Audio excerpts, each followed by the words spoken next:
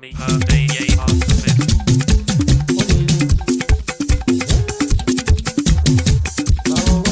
Lóní fìrìfìtì lóní fẹ́rẹ́fẹ́ lóní bìlìbìlì lóní sẹ́lẹ́sẹ́. Ọláyínká mo bá ròde Àṣàkẹ́ Adé bá mo bá ròde ọmọ December 8 Àṣàkẹ́ Adé. Let's dance and rejoice, it's a birthday. Àṣàkẹ́ Adé Ọláyínká happy birthday. It's a birthday today ọ̀rọ̀ rẹ̀ já sọ pé it's a birthday today ọ̀rọ̀ rẹ̀ já sọ pé ọlọ́jọ́ ìbí olùgbà gbẹ́sẹ̀ lọ.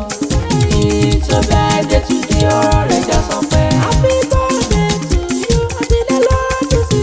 It's a birthday today ọ̀rọ̀ rẹ̀ já sọ pé bóyá ẹ bá mi dùn púpọ̀. Ọláyínká lórí ire Ọláyínká Ọláyínká Ọláyínká Ọláyínká Àṣàkẹ́ Adé lórí ire dandan èyí ayé fẹ́.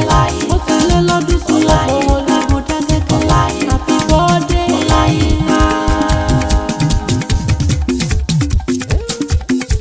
Ọláyínká ó mo dákẹ́kẹ́ kóra ẹ̀ ṣáà nílé rẹ̀ ọmọ lọ kí wọ́n dáadáa ní. Ọmọ òun ní mo dákẹ́kẹ́ akóráyè ọmọ ogun tẹ́lù tó mo dákẹ́kẹ́ ilé atọ́kìjàgbọ́dẹ ẹ̀yìn. Mo dákẹ́kẹ́ akóráyè gbógun ó bà sí mọ́ àwọn olótẹ̀lẹ̀ dákẹ́kẹ́ tó káwọn bábẹ́lì tó má bò ní ìsí. Ọmọ ẹyẹ àgọ̀ má ṣe bá mi jà débi òṣèlú ẹni tó bá ń ṣe fi ṣá ẹyọ lójú jẹ.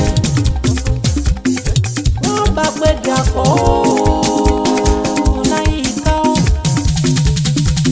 Àníbọ̀ bá pẹ́ dàpọ̀ bí ọ̀lẹ́lẹ̀ rí bá tó bí lọ́mọ. Ọlọ́jọ́ ìbí ó ní ojú rẹ̀ dájárí ọ́. Ìtọ́bẹ́ẹ̀dẹ̀ today ọ̀rọ̀ rẹ̀ já sọ pé ìtọ́bẹ́ẹ̀dẹ̀ today ọ̀rọ̀ rẹ̀ já sọ pé Àṣàkẹ́ Adé òjì Kọ́sọ́lá ọmọ ọlọ́jọ́ ayẹyẹ. Ìtọ́bẹ́ẹ̀dẹ̀ today ọ̀rọ̀ rẹ̀ já sọ pé happy birthday to you ó ti lé lọ́dún sí. Ìtọ́bẹ́ẹ̀dẹ̀ today ọ̀rọ̀ rẹ̀ já sọ pé ìwà fọdé